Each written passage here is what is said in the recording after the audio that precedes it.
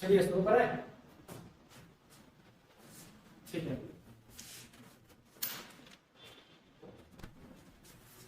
आज का जो हमारा सेशन है वो ज्योग्राफी का, और ज्योग्राफी में हम स्टार्ट करेंगे अंतरिक्ष विज्ञान से, यानी कि एस्ट्रोनॉमी। इसमें हम जानेंगे ब्रह्मांड के बारे में, ब्रह्मांड की उत्पत्ति के बारे में, तारों के बारे में, तारामंडल के बारे में, नक्षत्र के बारे में, क्षुद्र ग्रह, धूमकेतु, इन सब के बारे में हम जो है अंतरिक्ष विज्ञान के अंतर्गत जानेंगे। तो चलिए शुरू करते हैं। आज हमारा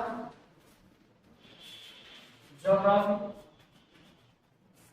और ज्योग्राफी में हम शुरू करेंगे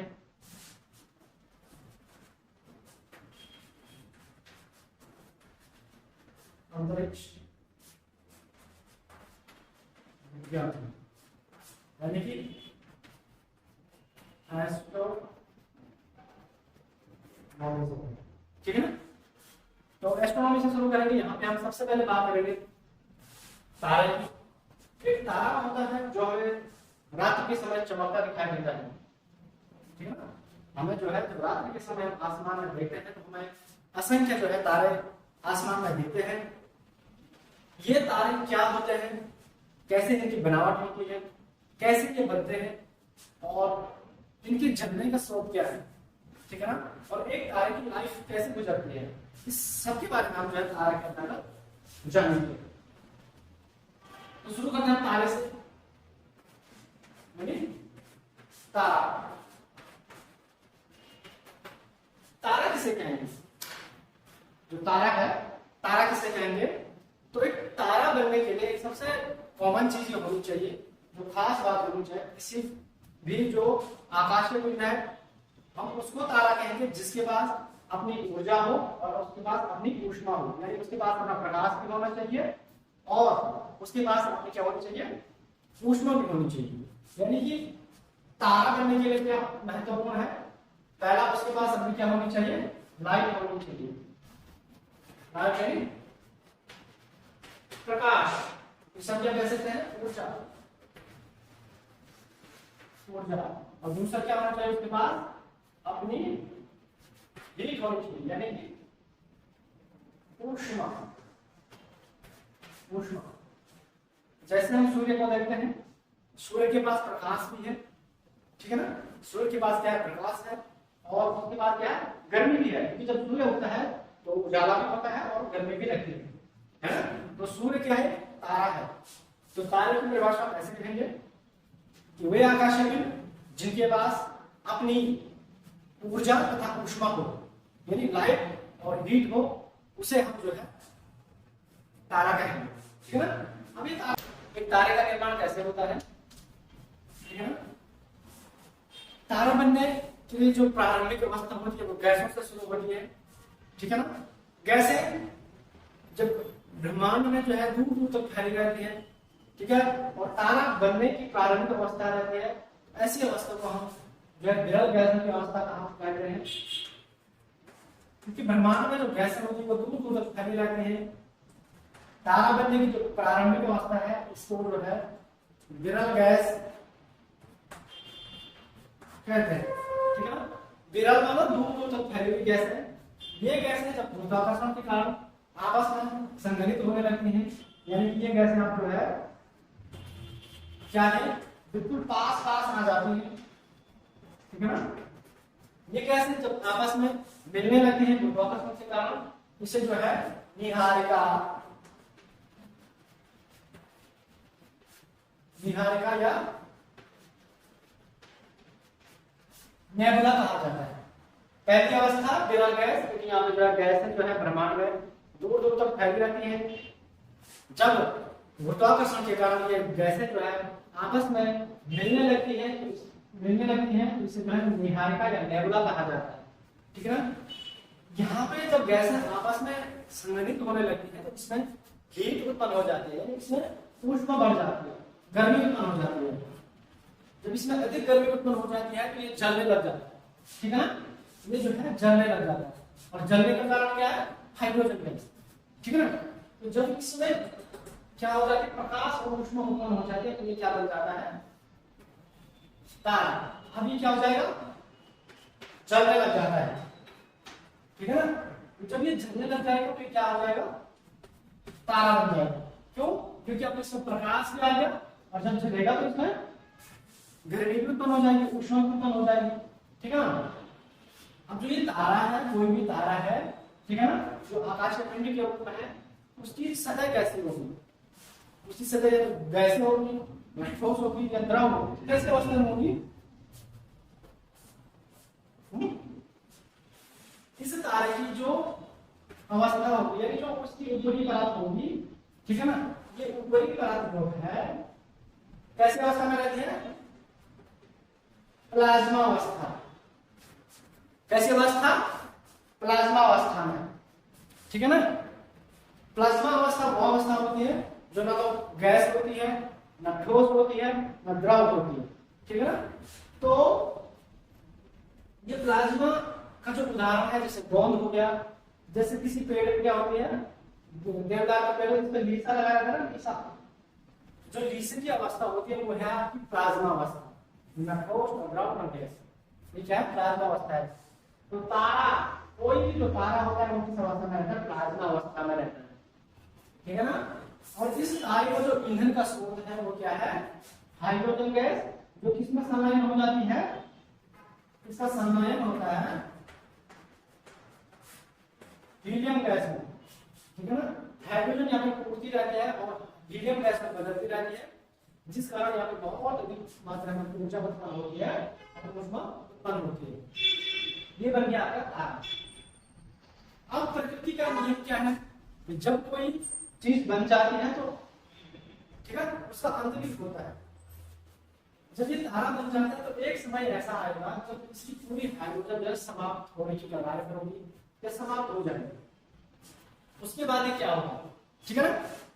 जब इस तारे का 90% ईंधन, क्या 90% ईंधन जो है समाप्त होने लगता है, ठीक है ना।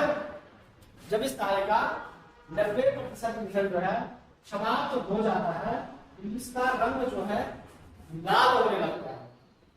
आपने घर में देखा होगा, जब जो है हमारी गैस, ठीक है ना, जब सिलेंडर जो है धीरे धीरे जो है समाप्त होने लगता है तो उसकी आंच जो है धीरे धीरे लाल होने लगती है। उसी प्रकार जब तारा भी होता है, ये जो है धीरे धीरे क्या हो जाता है, ये लाल हो जाता है, ठीक है। जिस कारण इसे क्या कहा जाता है, लाल दानव तारा,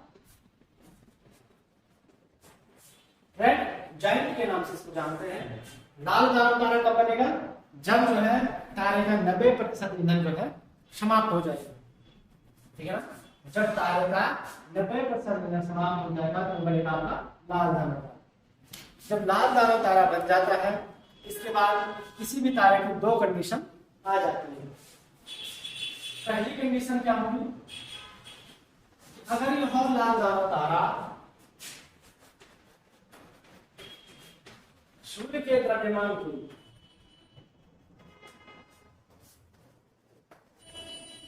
1.44 गुना छोटा हो, ठीक है ना। अगर जो ये लाल दानव तारा है, इसका जो द्रव्यमान है वह सूर्य के द्रव्यमान के 1.44 गुना छोटा होगा, तो जो बन जाएगा आपका श्वेत वामन। क्या बन जाएगा, ये श्वेत वामन। और जब ये श्वेत वामन बन जाता है, कोई भी तारा जब श्वेत वामन बन जाता है तो इसका जो है 95% तक ईंधन जो है समाप्त हो जाता है, ठीक है ना। देखो पहले विरल गैसें थी, विरल गैसें गुरुत्वाकर्षण के कारण आपस में आई, जिस कारण से इसमें हीट उत्पन्न होने लगी। इस अवस्था को निहारिका कहा जाएगा। निहारिका के बाद जब निहारिका में ज्वाला उत्पन्न हो जाती है, इसमें जो है उसमें और प्रकाश उत्पन्न हो जाता है, इसको तारा कहते हैं, ठीक है। तारे के ईंधन का जो स्रोत है वो हाइड्रोजन गैस है। तारे की जो अवस्था रहती है वो प्लाज्मा अवस्था में रहती है। इसके बाद जब किसी तारे का जो है 90% ईंधन जो है समाप्त हो जाता है, इसको जो है लाल दानव के तारा, लाल दानव तारा कहा जाता है, क्योंकि इस समय जो है तारे का रंग जो है धीरे धीरे लाल होने लगता है। इसके बाद लाल दानव तारा हमें सूर्य के द्रव्यमान में 1.44 गुना छोटा है, इसको जो हम श्वेत भवन कहते हैं। और जब श्वेत भवन बन जाता है इसमें जो तारे का 95% ईंधन समाप्त हो जाता है। इसके बाद जब इससे तारे का पूरा ईंधन समाप्त हो जाता है तो ये बन जाता है आपका काला भवन। काले भवन में सब जो है पूरा 100% जो ईंधन है वो समाप्त हो जाता है। परिणामस्वरूप इसकी जो ऊर्जा है, जो प्रकाश है, जो ऊष्मा है, जो समाप्त हो जाती है। यह अब चमकना बंद हो जाता है और ये काला पड़ जाता है, जिसका इसमें काला होल कहते हैं, और यहाँ से जो है ब्लैक होल बन जाता है। पहली कंडीशन ये है। दूसरी कंडीशन क्या थी? दूसरी कंडीशन में क्या होता है, अगर यह लाल दानव तारा सूर्य के द्रव्यमान के 1.44 गुना बड़ा हो, अगर यह लाल दानव तारा सूर्य के द्रव्यमान के 1.44 गुना क्या हो, बड़ा हो, यह जो है अभिनव तारा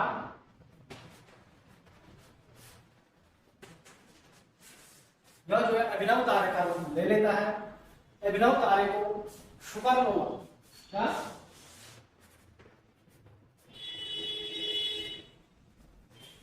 सुपरनोवा, अभिनव तारे को जो है सुपरनोवा के नाम से भी जाना जाता है।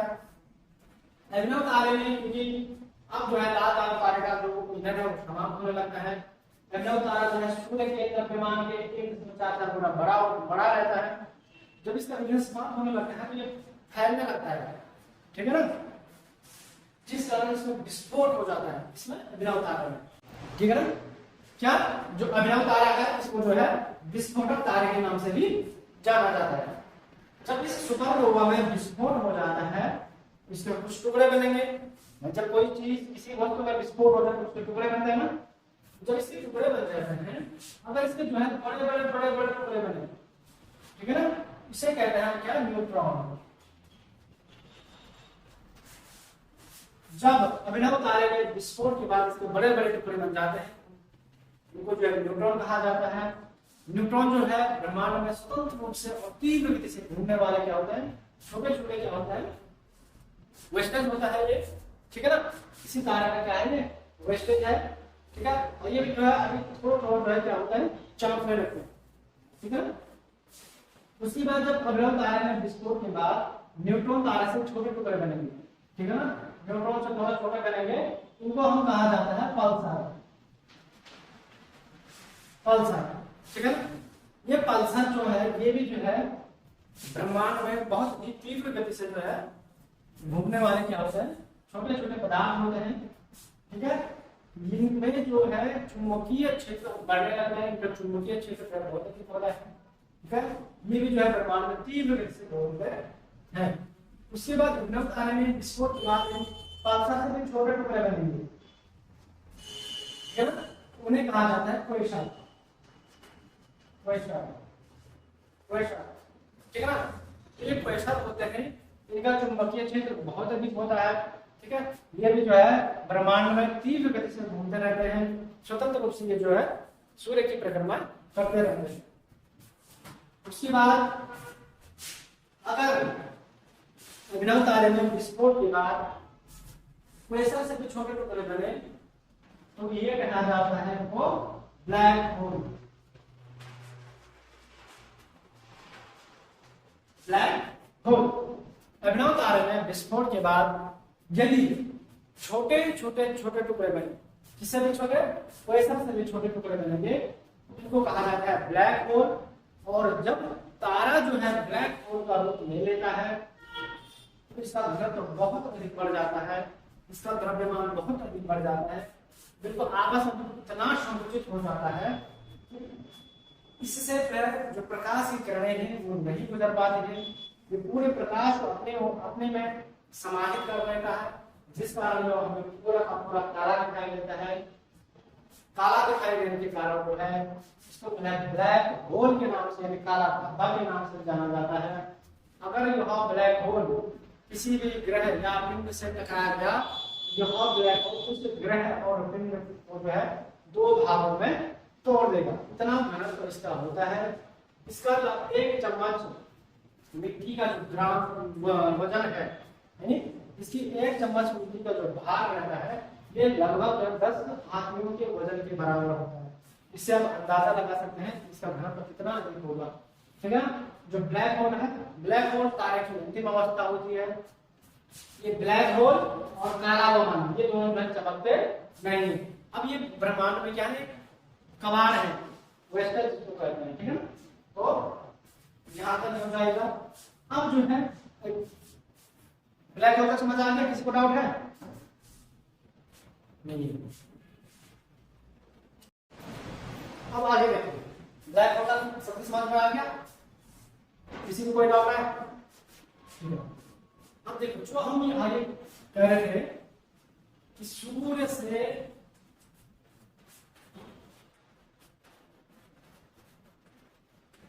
सूर्य के द्रव्यमान से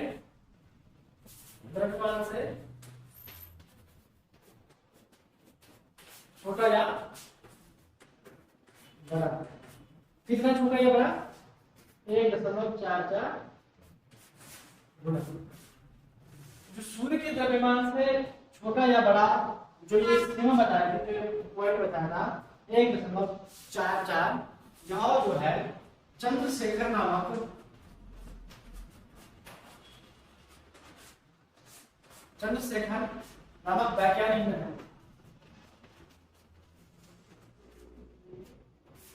वैज्ञानिक ने बताया था। ठीक है ना, कोई भी पिंड सूर्य से कितना बड़ा और कितना छोटा होगा, जिसको हम बड़ा या छोटा कह सकते हैं। ठीक है, ये बताया था चंद्रशेखर वैज्ञानिक ने। इसलिए इस 1.44 गुना द्रव्यमान को जो है चंद्रशेखर सीमा के नाम से जाना जाता है। वैज्ञानिक ने बताया, इसलिए 1.44 गुना या 1.5 द्रव्यमान को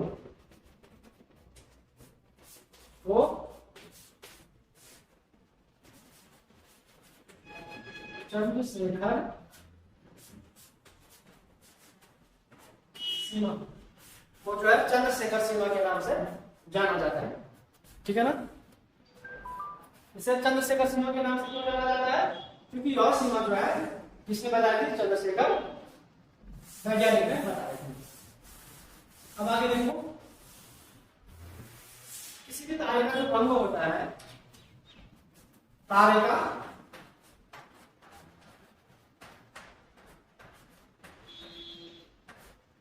रंग, अगर कोई तारा जो है लाल रंग का है,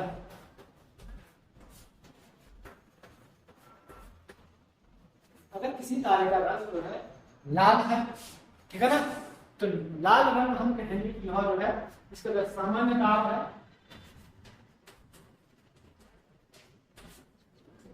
सामान्य ताप वाला तारा है। ठीक है ना, सामान्य ताप कितना? सामान्य ताप लगभग 6000 डिग्री सेल्सियस, 6000 डिग्री सेल्सियस। जैसे सूर्य है, सूर्य का रंग कैसा है?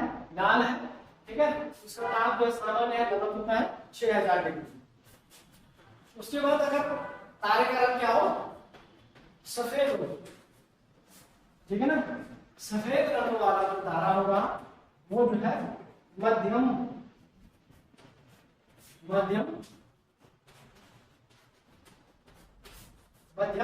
ताप वाला जो तारा होगा। अगर तारे का रंग जो है सफेद है तो उसका अर्थ क्या होगा? ये जो है मध्यम ताप वाला। तीसरा जो रंग होगा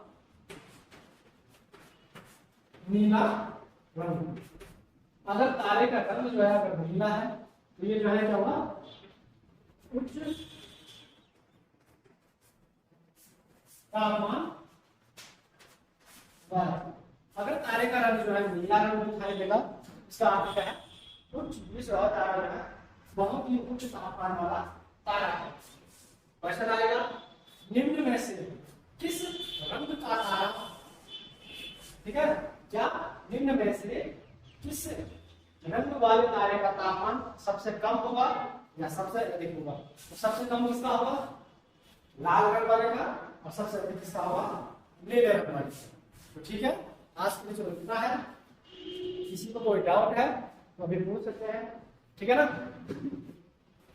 इसमें हम जो है हर इसमें जो है मॉड्यूल को ऐसे बनाएंगे और इसका जो है हम कल टेस्ट दे लेंगे। इसमें किसी को भी कोई डाउट है अभी पूछ सकता है, ठीक है।